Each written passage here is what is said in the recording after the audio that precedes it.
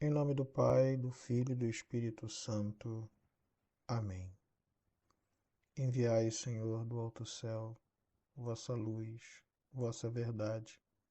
Elas serão meu guia, me levarão até o vosso Monte Santo, até a vossa morada. Em nome do Pai, do Filho e do Espírito Santo. Amém.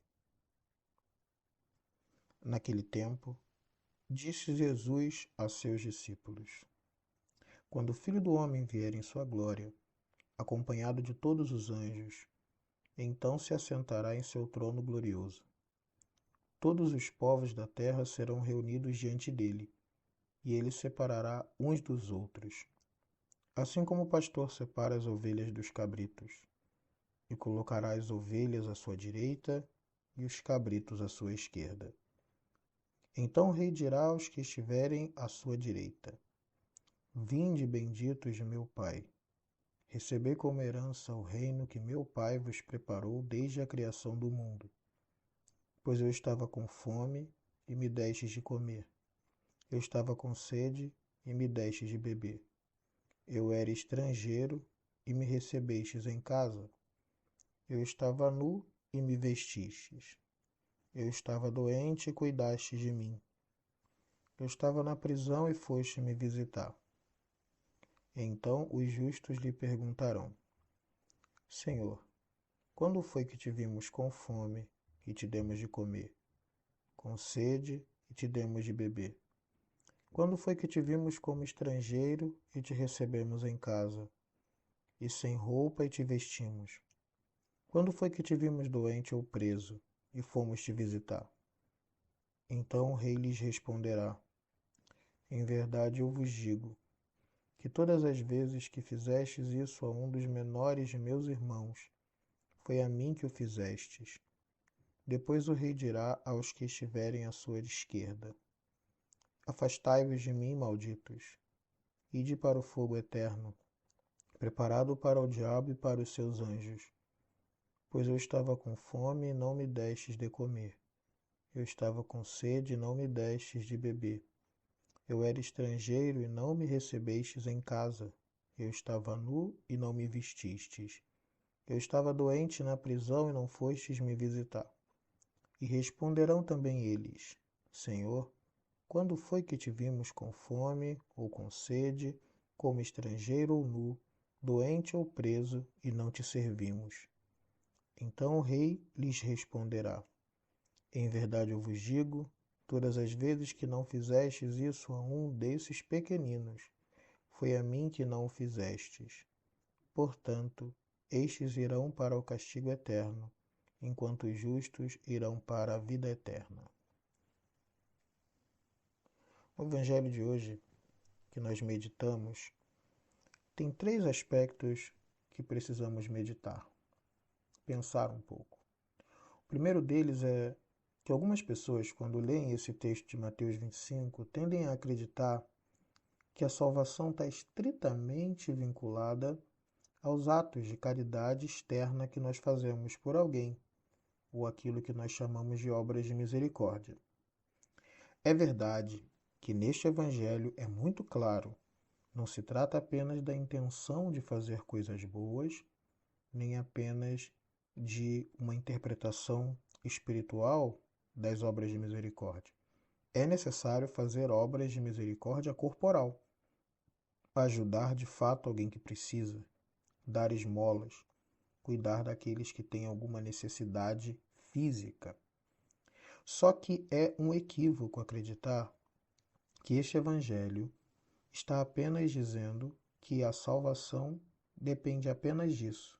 Então algumas pessoas tendem a pensar assim: se eu já ajudo os mais pobres, se eu já cuido dos necessitados, não preciso me preocupar de rezar, não preciso me preocupar de ir à igreja, porque o que vai realmente salvar são as obras que nós fazemos diariamente. Isso é um equívoco, porque o evangelho de hoje, de Mateus 25, 31 a 46, ele foi escrito depois que Nosso Senhor contou outras duas parábolas. Uma delas é a parábola dos talentos e a outra é a parábola das virgens. É nessa ordem, a parábola das virgens, a parábola dos talentos e a parábola e a narrativa do fim do mundo que nós acabamos de ouvir. Pois isso é muito importante, porque nós começamos a entender de que a caridade material de Mateus 25, 31 a 46 não pode estar separado da multiplicação dos dons espirituais de Mateus 25, de 1 a 30. E menos ainda está separado da conservação e da vigilância da fé do texto de Mateus 24, das virgens prudentes. É um complexo total, e é por isso que não é apenas a caridade material, é a conservação da fé, a multiplicação do talento e a ajuda material que nós fazemos às pessoas. O segundo aspecto que precisa meditar é que tem uma coisa que eu nunca entendi direito neste evangelho, que é, imagina, nosso Senhor nesse evangelho está falando que é o fim dos tempos, então ele está narrando o fim dos tempos. No fim dos tempos, nós vamos encontrar todos os santos juntos. Ele separa de um lado os santos, do outro os condenados. E, e é muito curioso porque entre os santos, no fim dos tempos, estão esses santos que nós já conhecemos. São Pedro, São Paulo, São Tomás, Santo Agostinho, vários desses santos. Como que esses santos que leram esse evangelho tantas vezes poderão chegar no fim dos tempos e perguntar para Jesus assim: Jesus, quando foi que nós te demos de comer? Mas nós aqui já sabemos, ele já contou no Evangelho, todas as vezes que fez isso a algum dos pequeninos. Como é que um santo, no fim dos tempos, vai perguntar uma resposta que nós já temos? Né? Não é curioso? Agora que ele já contou a resposta, eu não preciso mais me preocupar né? Só que tem um detalhe. É porque é, a resposta de Jesus e a pergunta dos santos no fim dos tempos não é uma pergunta para se informar. Os santos não estão se perguntando para Jesus: ah, Jesus, pode me informar sobre isso? Não, a informação eles têm. É porque existe uma outra coisa, uma surpresa. E a melhor maneira de representar a pergunta dos santos no fim dos tempos, e também a pergunta que nós mesmos, né, que já estamos ouvindo esse evangelho, podemos fazer a Jesus, não é do tipo eu não sei, é do tipo como é possível que um ato tão pequeno que eu fiz possa gerar um ato grande da salvação eterna. É como se você tivesse, em algum momento, pega uma moeda de 1 centavo, aí você pega a moeda de 1 centavo, entrega para um andarilho no meio da rua, e depois esse andarilho diz assim: por causa desse 1 centavo, eu vou te dar uma mansão. A pessoa fala: mas o que eu fiz para você me dar um presente tão grande? Quando foi? Que eu fiz? A pessoa vai dizer: você me ajudou quando eu precisei. Mas quando? Eu não lembro disso.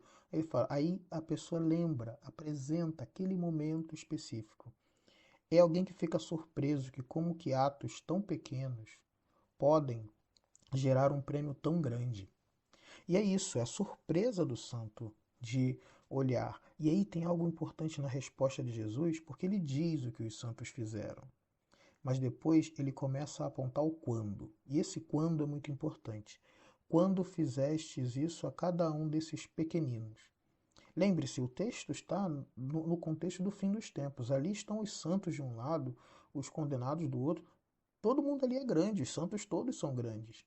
Mas é como se estivesse acontecendo o seguinte fato: é como se Jesus mostrasse para todos os santos naquele momento todos aqueles atos que eles fizeram na vida que foram pequenos, atos de caridade que fizeram para um vizinho, que fizeram para uma pessoa, um ato de caridade pequeno que quando eles olham, eles falam: mas aquele ato de caridade pequeno gerou para mim uma imensidão de prêmio. E essa é a experiência, quando o nosso Senhor está dizendo estes pequeninos, ele está apontando, é como se cada santo pudesse ver cada pequenino que ele ajudou. Mais ou menos é o seguinte: imagina que depois dessa pequena meditação, você lembra que pode e que deve fazer um ato de caridade para alguém, você sai daqui e faz um ato de caridade. E assim que você faz esse ato de caridade, lá no dia do final dos tempos, é como se Nosso Senhor apresentasse esse ato e aquilo te aumenta a sua alegria de falar: como que eu tendo feito algo tão pequeno, isso escreveu no meu livro da vida eterna uma coisa que me permitiu entrar no reino dos céus. Isso é impressionante. E isso é nesse sentido que os santos perguntam, é nesse sentido que Nosso Senhor responde. Porque se fosse apenas para dar uma informação, pronto, está resolvido, todo mundo já sabe como é. E depois tem os condenados, que é mais engraçado ainda, porque pensa, se ele acabou de falar com os santos, por que que os condenados fazem a mesma pergunta para Jesus dar a mesma resposta? Não era só dizer, acabei de responder para eles, para vocês é o contrário. Pronto. Podia fazer assim, né? Mas não, é porque me parece, inclusive, que é isso também. Jesus diz, para que vão os condenados? E aí quando fala isso, eles perguntam, mas quando foi que te vimos? Nós nem te conhecíamos direito, como assim? E aí é como se Nosso Senhor fizesse o contrário, ele apresentasse para os condenados todas as ocasiões de caridade que eles poderiam ter feito, e às vezes caridades pequenas, todas as caridades pequenas que poderiam ter sido feitas, que deixaram de ser feitas e que por causa delas a pessoa perdeu a vida eterna. É como a experiência contrária de alguém que ganha um golpe, que tinha muito e aí ganha e recebe um golpe e perde tudo de uma hora para outra. Não é que os condenados, não propriamente dito, soubessem a resposta, né? Ou pode ser que um ou outro até soubesse a resposta do como foi que não visitaram Nosso Senhor. Mas não é só o saber intelectualmente, é ver os seus atos. É ver os atos que poderiam ter sido feitos, os atos bons, e que não foram feitos porque a pessoa achou que tinha amanhã para fazer. Então, o que a gente tira, assim, do como que essa passagem, que a gente sempre lê no tempo do Advento, que atinge diretamente o nosso tempo da Quaresma, é que tem um dado fundamental que nós não podemos esquecer e na Quaresma precisamos meditar. Nós escrevemos o livro da vida com a caneta dos nossos atos. O que escreve a história eterna, o livro da nossa história para sempre, são os atos que nós realizamos todos os dias.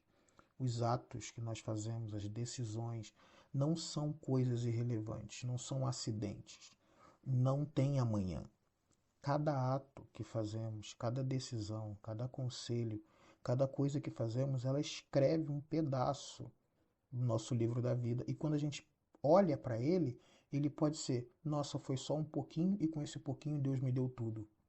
Ou a outra pessoa que poderia pensar: nossa, era só um pouquinho e por esse pouquinho eu perdi tudo.